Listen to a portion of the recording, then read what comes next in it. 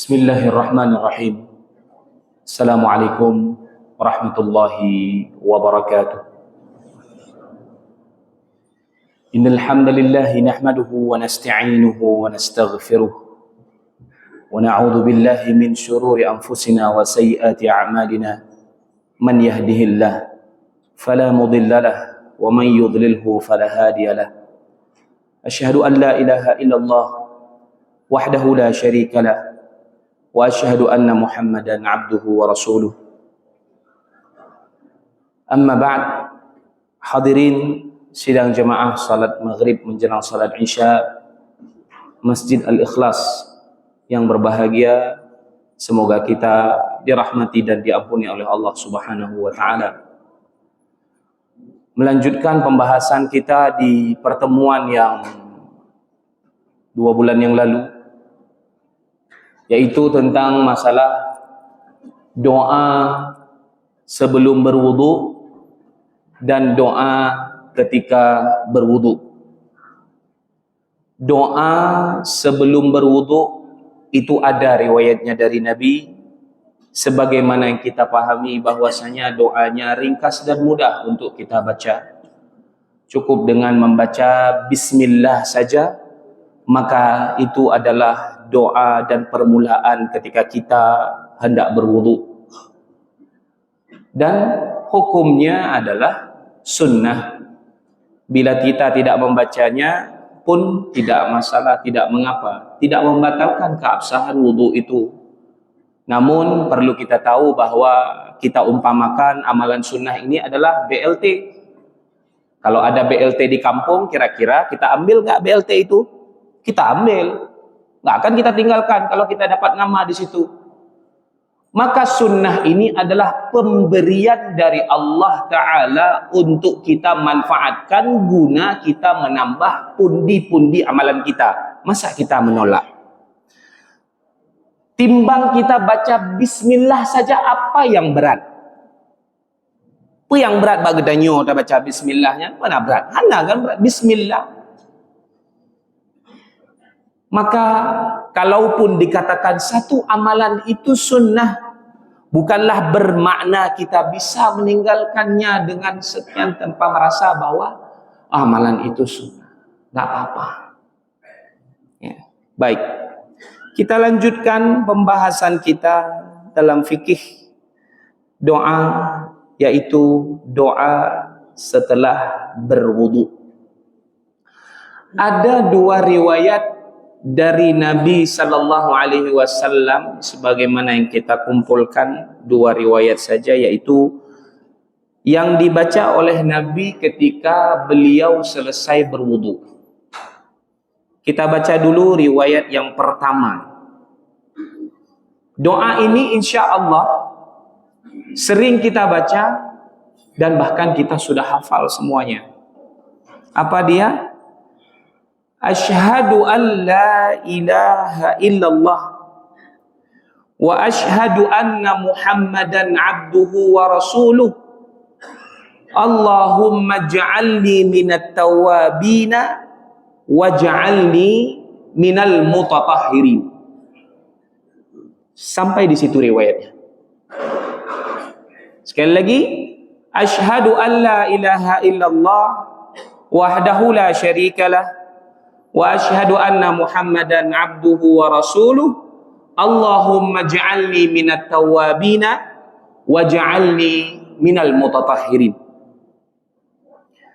Adapun tambahan waj'alni min ibadikas salihin, para ulama menyebutkan bahwa hadis-hadis yang berkenaan itu lemah sifatnya, hadisnya dhaif, maka kemudian tidak digunakan.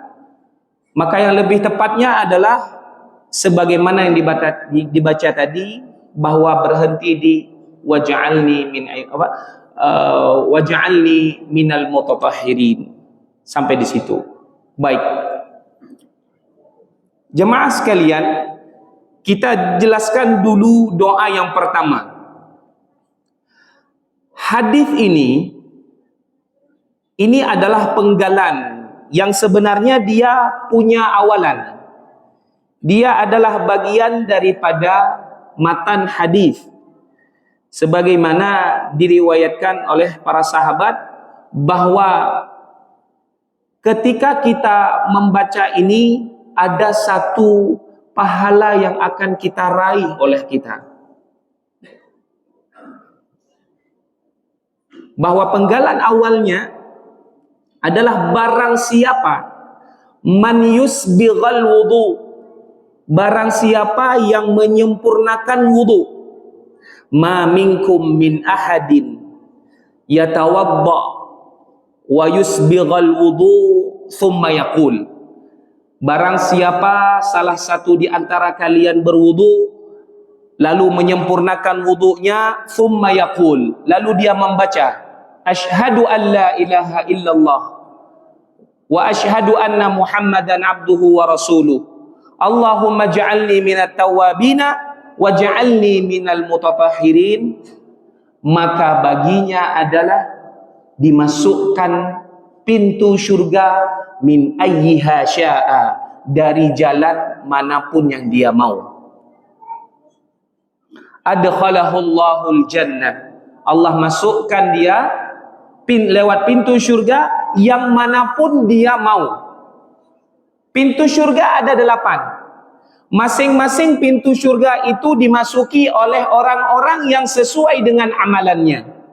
Orang-orang yang berpuasa masuk lewat pintu Ar-Rayyan. Orang-orang yang bersedekah banyak berinfak lewat masuk pintu infak. Orang-orang yang mujahidin masuk lewat pintunya sendiri. Sedangkan amalan yang mudah ini, yang ringan, insya Allah ternyata diberi ganjaran oleh Allah Ta'ala masuk syurga. Mau pilih lewat 8 saja, mana aja mau, silahkan masuk. Berarti 8 pintu itu bagi orang yang menyempurnakan wudhu lalu membaca doa tadi, ganjarannya masuk lewat pintu mana saja. Jamaah sekalian, ada Pak Bupati berkata kepada seorang masyarakat, wahai fulan, Anda sudah kenal saya. Sepertinya saya sudah melihat Anda sering sekali. Saya akan berikan kepada Anda kunci pintu rumah saya, 8-nya semuanya saya berikan. Anda masuk lewat pintu mana saja. Kira-kira kalau Pak Bupati bilang begitu, senang bukan main kita? Senang. Oma Pak Bupati kageturi laun. Oma Pak Camat rumahnya besar, tapi kemudian saya dimasukkan lewat pintu mana saja dari rumahnya, boleh lewat belakang, boleh lewat. Senangnya bukan main, karena kita tahu itu orang besar. Maka sekarang Allah Subhanahu wa Ta'ala, Maha Pemberi rizki, Maha Pengatur, Maha Adil, Maha Agung, memberikan keutamaan bagi orang yang menyempurnakan wuduknya masuk pintu syurga lewat mana yang dia mau. Ini Allah Rabb yang punya kenikmatan tiada tara. Kalau rumah orang besar sekarang, apa yang isi dalamnya? Kan sama aja kayak rumah orang lain. Ada nggak kira-kira yang rumahnya sekarang, kalau rumahnya megah dan mewah, di bawahnya ada sungai. Sungainya bukan main, sungai susu. Bukan hanya sungai susu, sungai khamar yang tidak memabukkan. Di mana kita dapati itu? Di dalam Al-Quran. Surah Muhammad ayat 15. Apa Allah Ta'ala berfirman? Mathalul jannati allati wa'idal muttaqun. Perumpamaan taman syurga yang dijanjikan kepada orang-orang yang bertakwa. Fiha anharum mimma in ghairi asin. Di sana ada air sungai yang airnya tidak payau. Bepaya. Atau airnya kuning, bau besi. Lalu kemudian wa anharum min labanil lam yataghayyar ta'muh. Di sana mereka akan diberikan sungai-sungai air susu yang tidak berubah rasanya. Susu jemaah sekalian. Itu kalau kita buka dari kotaknya saja, itu maksimal sejam atau 3 jam langsung kita minum. Kalau nggak berubah, lah ini Allah Ta'ala berikan baginya sungai susu yang tidak berubah rasanya.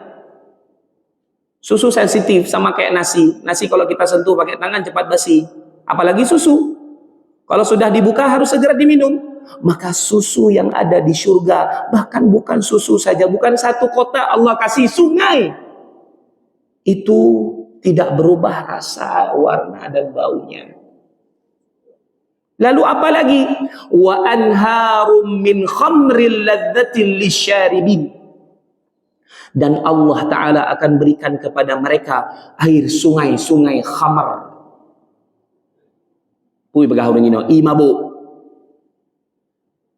Khamrun itu dari makna khamra, yaitu menghilangkan akal.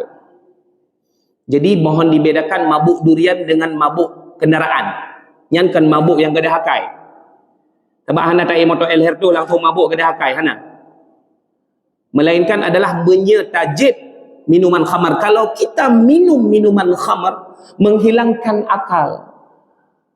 Pip gelek, ganja, menghilangkan akalnya, tidak waras, kayak orang gila. Ini dia yang memabukkan, yang khamrun, menghilangkan akal. Tapi kalau mabuk makan durian, itu mabuk karena perutnya nggak beres, sudah kacau keadaannya karena kebanyakan makan durian. Sama seperti tadi dengan orang mabuk kendaraan, bisa sakit berhari-hari dia gara-gara mabuk kendaraan. Maka ini beda. Maka jemaah sekalian, ini sifat yang Allah Ta'ala berikan, bentuk-bentuk kenikmatan.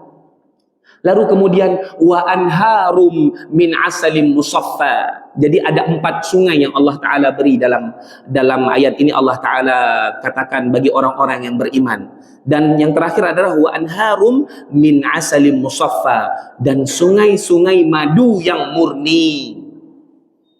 Hari ini madu yang paling mahal adalah madu. Susu murah, madu yang mahal. Sekilo bisa 160, 200, bahkan bisa 100 ribuan, bahkan sejuta kalau kualitasnya bagus. Maka kalau Allah Ta'ala nanti, jika kita masuk surga, Allah Ta'ala berikan sungai itu, sungai madu yang murni, tepat berada di bawah rumah. Maka kenikmatan mana lagi yang Allah Ta'ala berikan jikalau dimasukkan surga? Lewat pintu kemana saja yang kita mau dari 8 itu, silahkan. Bagi apa tadi? Ada syaratnya, cuman syaratnya apa? Sempurnakan wudhu. Bagaimana? Telah kita jelaskan bahwa dia lihat anggota-anggota wudhu benar-benar basah atau tidak.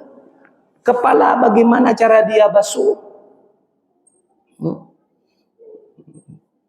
Yang dalam riwayat dari Nabi, walaupun kita sebutkan riwayat lain, tapi riwayat yang paling kuat adalah, yang paling mengena adalah ketika riwayat basuh kepala itu seluruh kepala, semuanya langsung disambung dengan telinga. Itu dia. Baik, kita lanjutkan. Maka kita membaca asyhadu an la ilaha illallah. Ini adalah satu persaksian. Waktu kita baca ini, kenapa kita perlu tafsir doa? Kita perlu memahami doa supaya doa kita nggak salah arah, supaya doa kita ini nggak kemana-mana. Ya. Saya kemarin lihat sebuah penggalan video. Mungkin bapak ini nggak paham bahwa si mutawif ini, orang yang bawa umrah ini, yang mungkin sebagai joke saja, sebagai bahan untuk apa? Allahumma zawijni arba'ah. Si bapak itu ikut Allahumma zawijni arba'ah. Artinya apa? Ya Allah, nikahkan aku dengan 4 istri. Loh, kalau tahu istrinya marah berarti.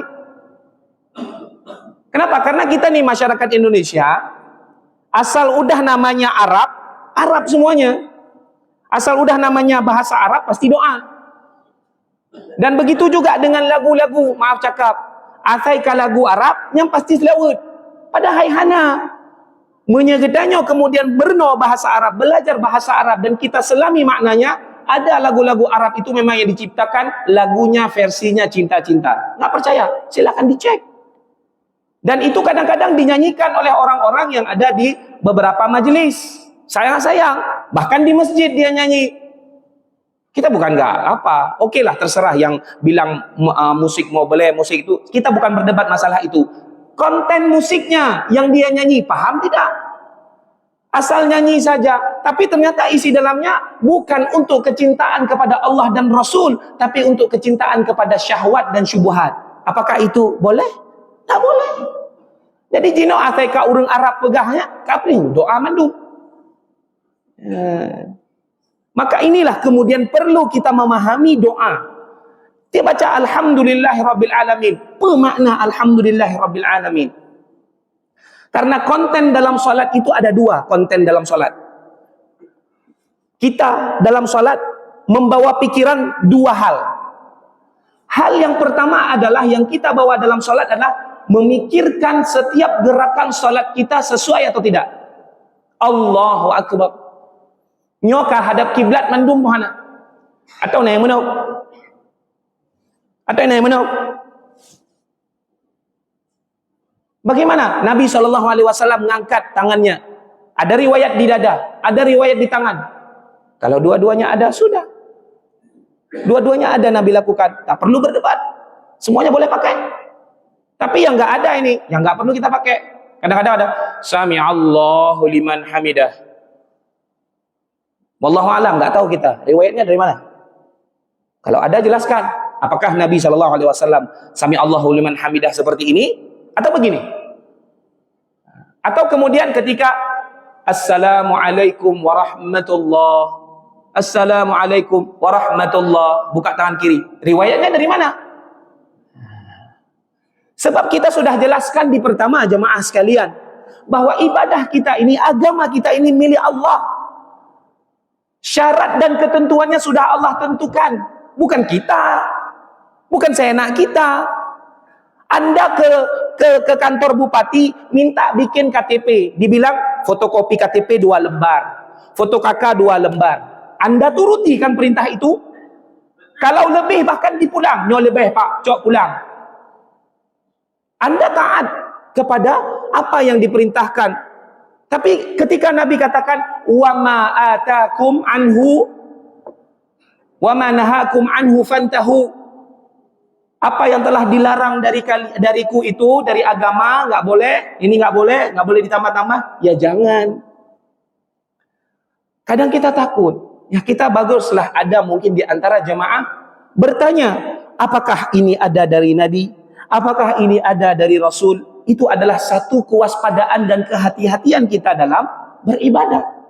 Sebab ibadah ini bukan punya kita. Sama seperti aturan pemerintah. Bahwa setiap warga negara yang membawa kendaraan harus punya SIM. Kita bikin SIM, syarat-syaratnya kita penuhi agar kita diterima dan layak untuk kita bawa kendaraan. Lalu kita ibadah juga ada syarat.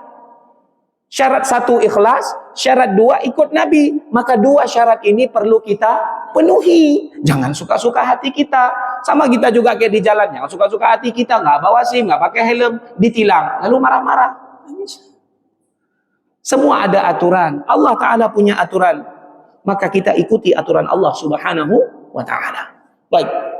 Ketika kita berkata asyhadu an la ilaha illallah, kita masukkan dalam hati kita bahwa kita yakini ketika kita baca doa ini, ya Allah, wudu'ku ini adalah untukmu ya Allah. Kusempurnakan segala wudu'ku ini adalah hanya karenamu. Asyhadu an la ilaha illallah. Karena aku berharap engkaulah yang cukup tahu. Tak perlu orang lain tahu wudhu saya kayak apa. Tak perlu orang tahu. Atau karena saya ingin menantu saya dengan dia atau mertua dia. Karena ada satu keinginan. Lalu kemudian niatnya dengan itu. Maka sesungguhnya amalan itu bergantung daripada niat. Berikutnya. Wa asyhadu anna Muhammadan abduhu wa rasuluh. Aku bersaksi bahwasanya Nabi Muhammad itu adalah hamba Allah dan utusannya. Bahwa Rasul itu adalah hamba Allah, sama seperti kita. Beliau beribadah, sama beribadah seperti kita. Beliau bekerja, sama bekerja, mencari kehidupan selama hidup di dunia untuk anak, untuk istri-istrinya. Memberi nafkah kepada keluarganya sesuai dengan aturan Allah. Dan kemudian beliau adalah mengemban amanah sebagai Rasul. Ini yang membedakan antara manusia biasa dengan Rasul. Cuma tidak bisa kita panjang lebar tentang masalah perbedaan orang biasa atau kita dengan Rasul. Sungguh banyak. Salah satu di antaranya adalah perbedaannya di mana? Perbedaannya adalah dalam hal dicabut nyawa oleh Allah. Itu beda. Kalau Nabi dan Rasul itu mereka ditawari untuk dicabut nyawanya oleh Allah. Didatangi dulu oleh malaikat maut, baik dalam bentuk manusia ataupun bentuk yang lainnya, ditawari, sudah selesai hidup di dunia ini, ayo kita pulang. Tapi kita, apakah kita demikian? Apakah malaikat maut nanti malam datang ketok pintu?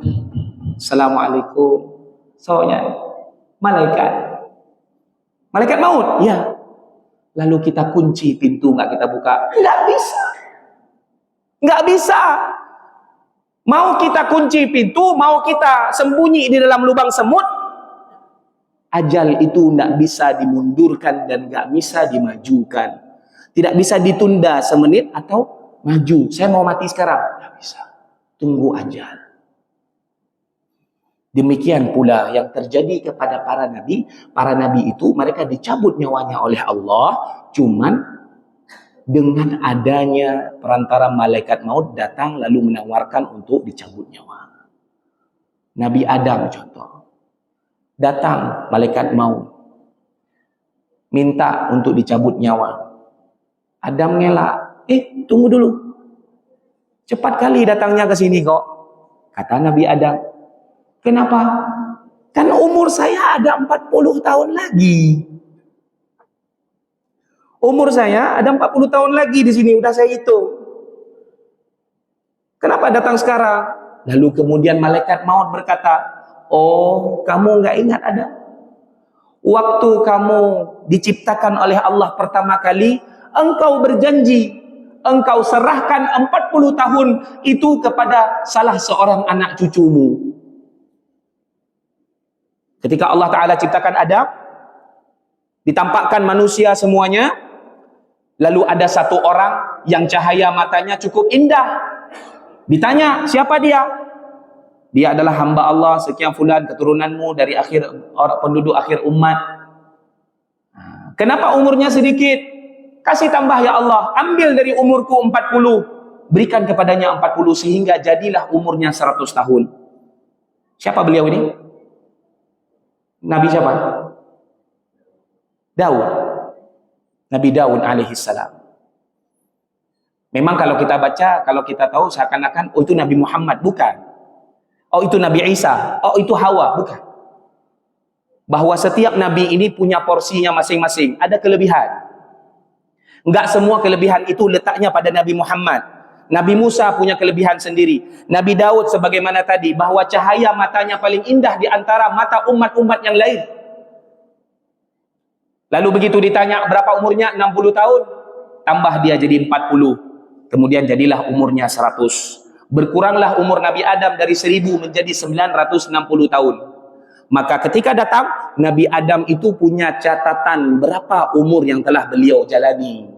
Ini kata para ulama menjelaskan bahwa Nabi Adam itu mencatat. Berarti orangnya rinci, teliti. Nyo kabeh 60. Maka kadang-kadang ada orang yang umurnya 60 tahun tapi dijuluki apa? Lupa umur. Ada. Lupa umur dia, ada. Padahal umur hidup di dunianya nggak lama, tapi dia lupa kehidupan di dunia ini untuk apa? Sehingga dia dikatakan sebagai orang yang lupa umur. Sudah dia kemudian lanjut, kemudian dia tidak cepat-cepat kembali kepada Allah. Sebenarnya jalan menuju Allah itu tidak perlu tua. Apalagi di akhir zaman. Kematian-kematian yang mendadak itu sering terjadi. Kadang-kadang meninggal, hanya sakit, tidak ada sakit, tidak ada apa, meninggal secara tiba-tiba. Semuanya bisa terjadi. Maka persiapkan bekal amalan, itulah. Apalagi kita tadi, malaikat maut nggak pakai izin mencabut nyawa kita. Nggak perlu tulis surat dulu, izin dulu ke Pak Kecil, nyolong dicabut nyawa fulan. Halah. Langsung datang, langsung cabut. Tanpa basa-basi. Wassalam. Maka jemaah sekalian yang berbahagia, begitu Nabi Adam diambil usianya, fajahada Adam. Adam agak menolak. Melawan. Hana lu begah lagi kan? Hana. Fajahadat dzurriyyatah. Maka keturunannya pun sama. Kayak Nabi Adam juga. Punya sifat ngeyel. Istilahnya kalau dibilangin gini, seakan-akan mengelak. Saya nggak bilang kayak gitu. Ada seorang bercerita kepada saya bahwa dulu waktu masa masih muda, emasnya dipinjam sebanyak 3 mayam oleh seseorang, tetangganya atau bisa dibilang saudaranya. Begitu ditanya, sekali lagi, saya mau tagih dong emas yang dulu engkau pinjam kepada saya. Katanya, oh ada 1 mayam. Hah? 1 mayam? Dari mana? Kan engkau dulu pinjam 3 mayam. Kenapa engkau bilang sekarang 1 mayam? Enggak, tuh Pak, saya pinjam 1 mayam aja. Nah, ini dari mana sifat ini? Ada dari bapak kita. Maka kemudian, kalau karena kejadiannya seperti itu, Allah Ta'ala perintahkan dalam surah yang panjang, ayat yang panjang, 1 halaman tok dia sendiri. Dalam surah Al-Baqarah, ayat 282, Allah Ta'ala perintahkan kepada manusia, ya ayyuhalladzi, orang-orang yang beriman, ya ayyuhalladzina amanu idza tadayantum bidainin ila ajalin musamma faktubuh. Wahai orang-orang yang beriman, kalau engkau berhutang, bermuamalah, sewa menyewa, pinjam meminjam, berdagang dan lain sebagainya, tolong dicatat. Supaya tidak apa tadi? Kejadian tadi, pinjamnya 3 mayam, bilangnya 1 mayam. Bermasalah? Bermasalah. Bahkan bisa putus saudara gara-gara masalah hutang. Maka tidak main-main. Bagusnya apa? Bahkan dalam Al-Quran diperintahkan lagi, fastashhidu syahidaini min rijalikum. Saksikan kalau anda menghutangi atau berhutang kepada orang lain, bawa saksi 2 orang. Syahidaini min rijalikum. Fa in lam yakuna rajulain, kalau enggak ada 2 laki-laki, farajulun, bawa 1 laki-laki, wa mar'atan, dan pengganti 1 laki-laki itu dengan 2 orang perempuan. Yang bermakna bahwasanya 1 orang laki-laki itu seperti 2 orang perempuan. Maka jatahnya dalam waris juga begitu. Ya, duit 1 juta itu untuk 1 orang laki-laki, tapi kalau perempuan dibagi 2. Setengahnya daripada jatah laki-laki. Itu sudah aturan. Fariidatan minallah, dari Allah. Bukan dari nenek moyang kita, bukan. Karena ada orang yang mau bagi hartanya sesuai dengan keinginannya. Bagi untuk anaknya semua sama. Kan konsep adil itu adalah bukan sama. Konsep adil dalam Islam adalah konsep yang menaruh sesuatu itu pada tempatnya. Itulah baru adil. Jadi konsep keadilan dalam Islam adalah konsep menempatkan sesuatu pada tempatnya. Bukan menempatkan semua dengan hak yang sama. Beda. Jadi inilah agama Islam. Maka jemaah sekalian, inilah posisi Nabi dengan manusia biasa. Ujian beda dan hal-hal lainnya banyak beda, dan mungkin insya Allah akan kita bahas di pertemuan yang lain. Baik, kemudian doa ini dilanjutkan, Allahumma ja'alni minat tawabin. Ya Allah, jadikan aku sebagai hamba-Mu yang sering bertaubat, mudah beristighfar. Kalau buat salah cepat-cepat beristighfar, astagfirullah, astagfirullah. Nampak sesuatu yang tidak baik, astagfirullah. Kalau dia berbuat salah dia ucapkan astagfirullah, cepat beristighfar. Efek istighfar ini adalah membersihkan hati kita. Efek istighfar membersihkan hati kita sehingga kita sadar bahwa diri kita berbuat salah. Lalu doa ini dilanjutkan, waj'alni minal mutatahhirin. Ya Allah, jadikan aku hamba yang senantiasa bersih-bersih, suka membersihkan diri, suka membersihkan badan. Jemaah sekalian, ini perlu kita renungi. Allahumma ja'alni minat tawabin waj'alni minal mutatahhirin. Allahumma ja'alni minat tawabin, ini adalah doa agar Allah Ta'ala membersihkan hati kita. Sedangkan waj'alni minal mutatahhirin, kita minta agar Allah jadikan kita orang-orang yang senantiasa bersih badan, sehingga dengan bersih badan sehat. Berarti dalam Islam bukan dituntut untuk bersih badan saja, wangi badannya, ganteng, cakep, tapi dia perlu juga hatinya bersih, harus imbang. Kadang hati bersih tapi kemudian badan tidak bersih. Nah, ini tidak imbang. Hati kudu bersih, kemudian fisik juga perlu bersih. Dia melaksanakan salat, ya kan? Fisiknya membersihkan fisiknya dan segala, tapi kemudian hatinya tidak bersih. Salat tapi salat, selesai salat, kemudian apa? Lisannya tidak mampu dia jaga untuk orang lain. Lisannya cepat memvonis, cepat begini, cepat begitu. Maka kemudian Nabi SAW menceritakan bahwasanya ada seorang perempuan yang biasa salat malam, sering puasa sunnah, tapi sia-sia. Sebab kenapa? Selesai salat, selesai dia puasa, dia tidak mampu menjaga lisannya. Dalam Islam tidak hanya dituntut bersih saja badan ini, tapi hati juga kudu bersih. Pernah kita bahas di sini bahwa orang atau kebanyakan penyakit-penyakit yang sering dilihat adalah hanya penyakit badan, tapi penyakit hati tidak pernah diperbaiki. Apa penyakit hati? Riya, sum'ah, su'uzon, menggunjing dan segala macam. Itu kan penyakit hati, tapi tidak segera diperbaiki. Tapi kalau penyakit gula, kolesterol, mah dan kronis-kronis lainnya, segera cari obat itu sampai ke Singapura, sampai ke Malaysia. Tapi obat untuk hati itu padahal ada di mana-mana. Di mana tempatnya? Di masjid, di majelis ilmu, baca Al-Quran, beribadah, banyak sekali obatnya. Maka inilah Islam itu konsepnya selalu seimbang antara kebersihan hati seorang hamba Allah dengan kebersihan badannya, semua sama-sama dijaga, hatinya bersih. Maka kemudian ada pelajaran apa? Tasawuf, tazkiyatun nafs, pelajaran untuk membersihkan hati diri, bahwa ya kita senantiasa lah banyak beristighfar, banyak berdoa kepada Allah.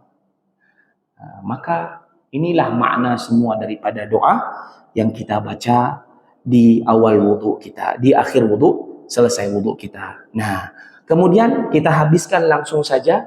Itu adalah riwayat yang pertama atau redaksi yang pertama. Redaksi yang kedua adalah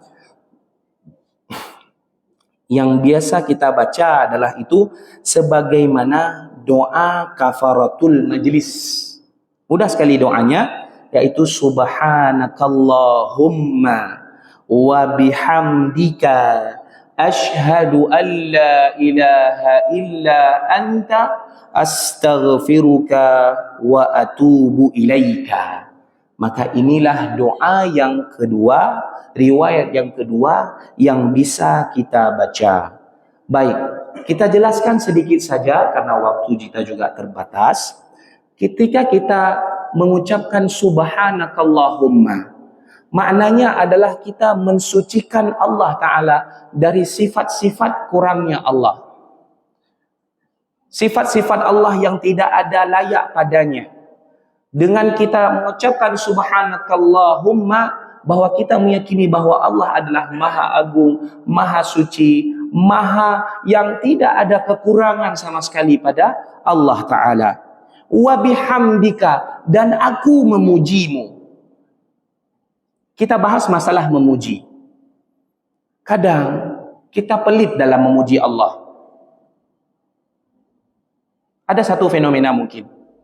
Orang waktu berzikir, ho, ho, ho, ho, ho, katanya berzikir. Hu, hu, hum, hahu, hahu. Dari mana? Dikira hahu, hahu itu. Memang dimaksudnya huwa, huwa, mungkin Allah, Allah. Tapi apakah itu zikir? Kalau kita ambil analogi manusia misalkan. Bapak Bupati kita undang.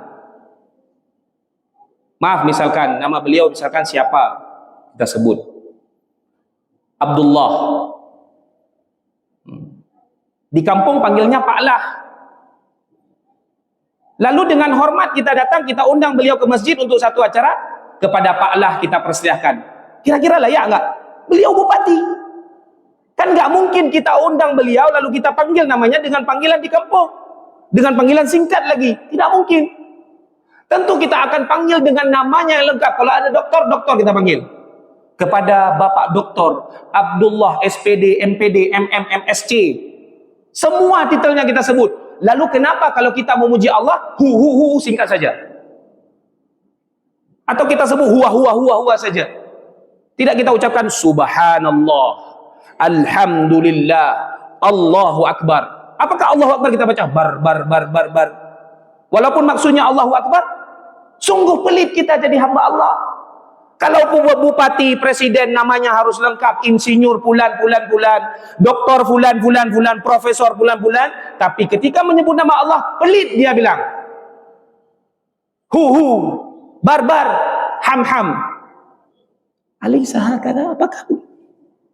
Nah, maka inilah pentingnya kita beribadah, berdoa sesuai dengan ajaran Nabi sallallahu alaihi wasallam agar tidak salah kaprah, salah taruh, salah sikap, sehingga kita kurang ajar sama Allah. Mungkin sama manusia kita nggak kurang ajar, tapi kadang manusia kurang ajar sama Allah. Sama manusia dia jaga adabnya, tapi begitu bertemu dengan Allah dia tidak menjaga kepada Allah adabnya. Maka bahan introspeksi ketika kita memuji Allah Ta'ala, pujian itu kita sebutkan dengan sempurna, sebagaimana manusia pun senang kalau namanya disebut dengan sempurna plus titel-titelnya, apalagi pakai haji lagi. Apalagi Allah yang menciptakan, yang memberi rezeki, yang memberi nikmat. Maka enggakkanlah kita baca kurang-kurang, kita baca hu saja. Jemaah sekalian yang berbahagia, maka kita dengan membaca hamdan atau syukur kepada Allah, kita syukuri bahwa kegiatan yang kita lakukan, wudu yang kita kerjakan, merupakan adalah hasil pemberian dan pertolongan dari Allah. Sebagaimana ikrar kita baca dalam Al-Fatihah, iyyaka na'budu wa iyyaka nasta'in, hanya kepadamu ya Allah kami menyembah, dan hanya kepadamu lah kami mohon pertolongan. Dan kemudian kita bersaksi bahwa asyhadu an la ilaha illa anta, ya Allah aku setia sama engkau ya Allah, aku beribadah untukmu ya Allah. Dan ini, ikrar ini harus ada bentuknya dalam kehidupan nyata. Apa contohnya? Contohnya adalah dalam masalah keyakinan dan akidah. Kalau ada masalah khurafat misalkan, itu masih banyak di kalangan kita. Nggak boleh begini, nggak boleh begitu. Setiap daerah beda macam-macam. Misalkan ada satu daerah di daerah sana lah, tidak perlu kita sebut. Katanya kalau orang perempuan itu nggak boleh jenguk orang, nggak boleh melayat ke orang meninggal, nanti takut pamali nanti janinnya. Baik, kita mengatakan seperti itu. Perlulah kita datangkan dalil, sehingga bukan berusaha untuk mentakut-takuti. Apa efeknya? Di mana itu? Misalkan kalau kita buat sesuatu, akibatnya ini, perlu ada penjelasan, perlu ada dalil yang jelas. Kalau misalkan kita lihat, oh biasanya kalau ada burung keliling-keliling ini ada orang meninggal ini. Khurafat-khurafat seperti itu juga bagian daripada perusakan kita kepada ikrar kita, asyhadu an la ilaha illallah. Kita nggak meyakini bahwa yang mendatangkan manfaat, yang mendatangkan madarat itu Allah Ta'ala, bukan burung, bukan manusia, kan cicim, kan ulu. Masuk kupu-kupu ke rumah, ada tamu. Dari mana pemikiran itu? Nah, ini perlu kita luruskan, ajarkan kepada anak-anak kita. Ini sepele hal-hal itu semuanya. Tapi ini efeknya, imbasnya kemana? Akidah, tauhid, keyakinan. Kalau kita meyakini karena satu makhluk benda membuat semuanya madarat, membuat semuanya nggak dapat manfaat alias rezekinya kurang, sebab pemberi rezeki Allah.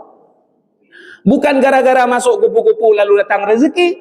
Dari mana tandanya itu? Perlu kita datangkan dalil. Dari mana? Kok sedikit-sedikit dalil? Ya agama ini milik Allah, bukan milik kita. Dalil itu kan maknanya petunjuk. Kalau kita nggak ikut petunjuk berarti kita sesat. Kita beli Honda, kita baca buku pedoman. Kita beli mesin cuci, kita baca buku pedoman. Supaya apa? Supaya nggak sesat, supaya nggak salah pakai mesin cucinya. Salah hendak tak culok igo ba R hendak N. Maju motor hendak turun motor. Katalah, karilah motor. Maka begitu juga kehidupan kita beragama. Agar agama kita tidak rusak, pakailah buku pedoman. Mana pedomannya? Al-Quran. Mana satu lagi? As-Sunnah, hadis Nabi Sallallahu Alaihi Wasallam.